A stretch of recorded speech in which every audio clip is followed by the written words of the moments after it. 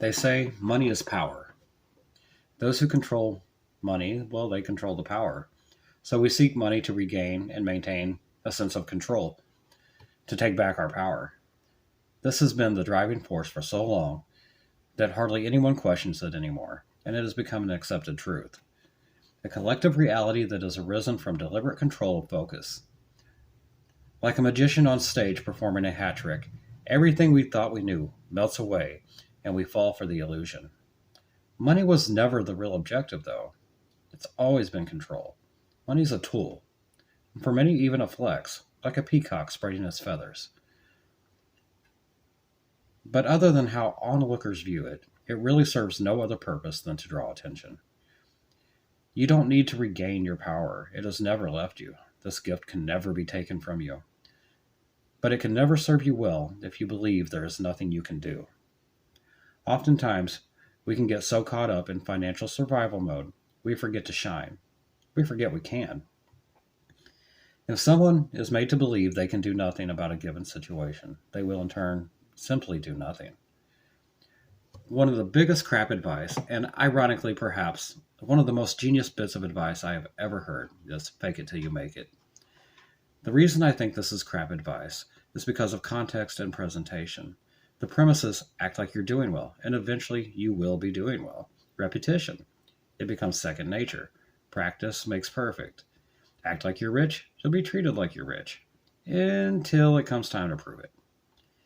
Not just to the outside world, but to yourself as well. It's not sustainable and requires more energy than acceptance of where you are and acknowledging what is in between here and where you want to be. Now, I do find it genius if the concept is applied correctly and internalized.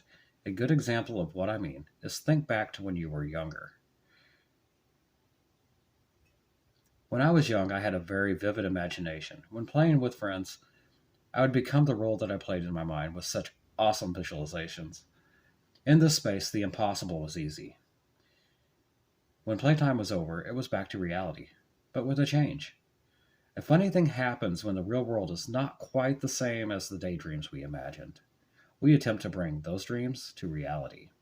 We look for ways, create innovations. We actively try to integrate our dreams into waking reality, trial and error. We learn what works and what doesn't.